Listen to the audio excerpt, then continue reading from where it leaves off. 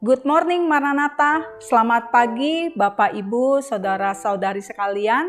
Hari ini renungan kita bertema Suara Pemimpin, Suara Tuhan.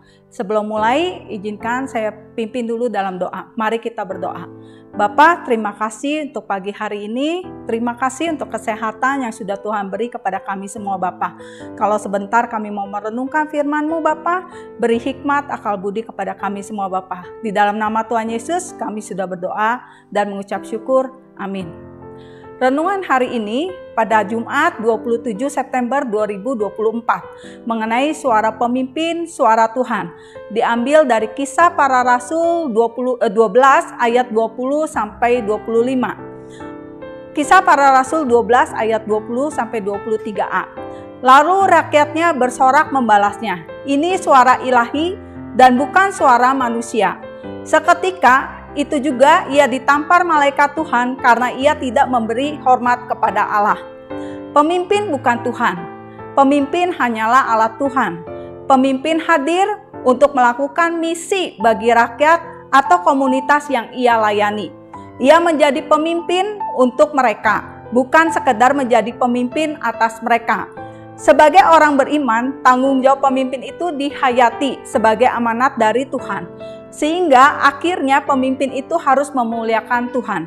Herodes adalah tipikal pemimpin yang tidak memuliakan Tuhan. Tata yang ia miliki justru dipakai untuk menekuk kebenaran. Rasul-rasul Kristus dibantai. Orang-orang yang tidak sejalan dengannya atau yang tidak bisa melakukan perintahnya dengan segera dimusnahkan.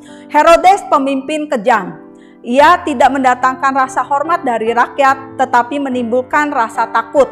Karena itu, walau suara Herodes jelas-jelas salah, tetapi ia dipuja-puji. Seakan-akan suara dan tindakannya itu merupakan suara Tuhan. Dan Herodes menikmati puja-puji itu sampai ia ditampar malaikat Tuhan. Ia mati sebagai sebuah peringatan agar pemimpin jangan berlaku seperti Tuhan. Sahabat, setiap orang adalah pemimpin, minimal bagi diri sendiri. Jika Anda dan saya menjadi pemimpin dalam sebuah komunitas kecil atau besar, kita diajak untuk menjadi pribadi yang amanah.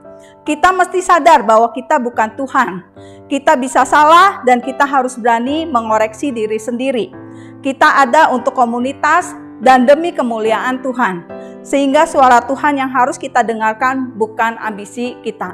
Sebagai refleksi, pemimpin amanah mengorientasikan hidupnya pada kemajuan orang yang dipimpin dan tunduk pada suara Tuhan.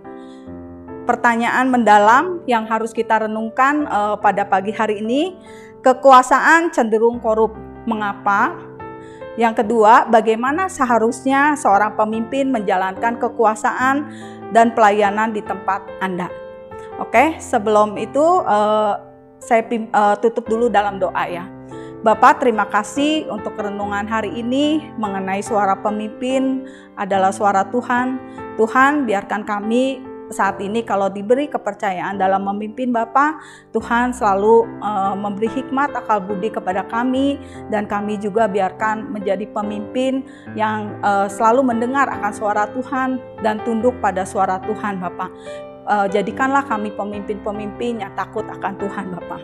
Terima kasih Bapak untuk renungan hari ini. Di dalam nama Tuhan Yesus kami sudah berdoa dan mengucap syukur. Amin. Pembacaan visi dan misi. Visi misi Universitas Kristen Maranatha. Visi Universitas Kristen Maranatha menjadi perguruan tinggi yang mandiri dan berdaya cipta, serta mampu mengisi dan mengembangkan ilmu pengetahuan, teknologi, dan seni abad ke-21 berdasarkan kasih dan keteladanan Yesus Kristus. Misi, mengembangkan cendekiawan yang andal, suasana yang kondusif, dan nilai-nilai hidup Kristiani sebagai upaya pengembangan ilmu pengetahuan, teknologi, dan seni dalam menyelenggarakan Tridharma perguruan tinggi. Demikian renungan hari ini. Tuhan Yesus memberkati. Salam integrity, care, excellence.